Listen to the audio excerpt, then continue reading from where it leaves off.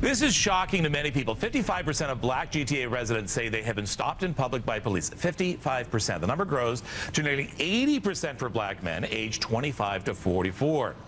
Now, these are just two of the shocking stats coming out of a groundbreaking 6-year study looking at what it's like to be black in the GTA.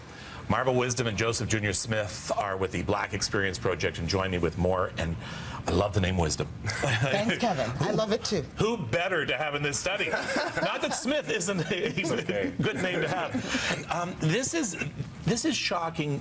Some people are going to look at this and say, "No, you're dreaming." Yeah. But that's not the experience of many black people who live in the GTA. It absolutely is not that experience, and Joseph will share with you. Yeah, so I'm a PhD student, a high school teacher. I mentor young men in my program called Generation Chosen. And just 2 months ago, we were stopped on the highway because the police were alerted to a threat. They were carrying a gun. It was a paintball gun. I was taking the young men out paintballing to relieve some stress, and we were handcuffed. Guns were in our faces. We were put on the cement, and it was a difficult situation to watch the younger men deal with that. But I mean, the question now becomes, what do we do? I mean, when you think about the police and what they have to contend with after they're alerted to the threat, what's next? Do they have to maybe think through their processes? Because it's startling what's happening in our communities.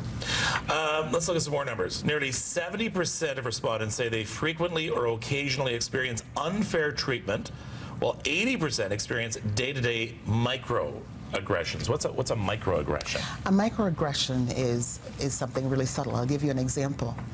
Oh, Marva, you're so articulate.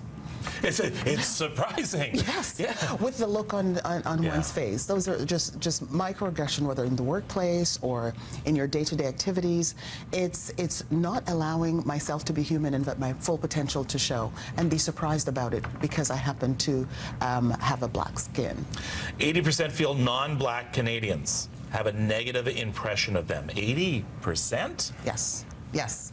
And so part of this study is intended to shed light on our community very broadly and to reach some of those individuals who might think differently because they see a person of color. And I think the hopefulness of the story is, whether it be with the policing issue or whether it be with the microaggression, is that we are hopeful. The respondents to the survey were very hopeful that we can work together to make change happen. So the collaboration is critical to this project, and the listening to what the issues are and the scientific information now for policy change to take place is critical. So even with policing, they recognize that the police has a place and that they're doing their job within the community. However, they need to do their job a little bit better, and here's what we're providing you. Here's the information we're providing you with, so you can do that. Okay, Joseph, what do we do with all this stuff? It's shocking. What do we do to change it? I think that the first thing is that this study allows the broader community to get involved in the dialogue that we've been having internally for decades. And I think from here on out, in the third phase of this whole project, which is headed by the research chair, Carl James, at the Gene Augustine Center, is essentially that now it's about dissemination. And now it's about getting this research project in the right hands so that policy can change and that society can change on a whole.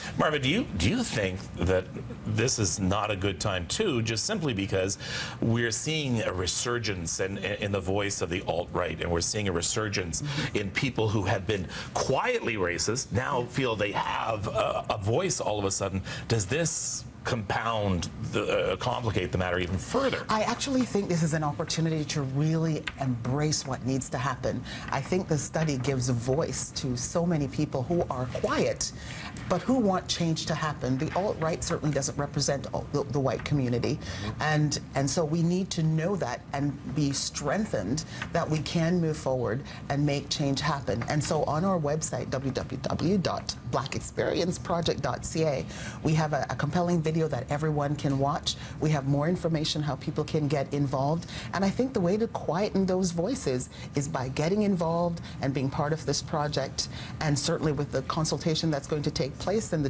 dissemination, we need to make that happen. Is there room on that website for people to send messages to you? There is room on the website for people to send messages. So it is blackexperienceproject.ca. I want to make sure I get the whole thing. Blackexperienceproject.ca. Let's hope that this creates open dialogue.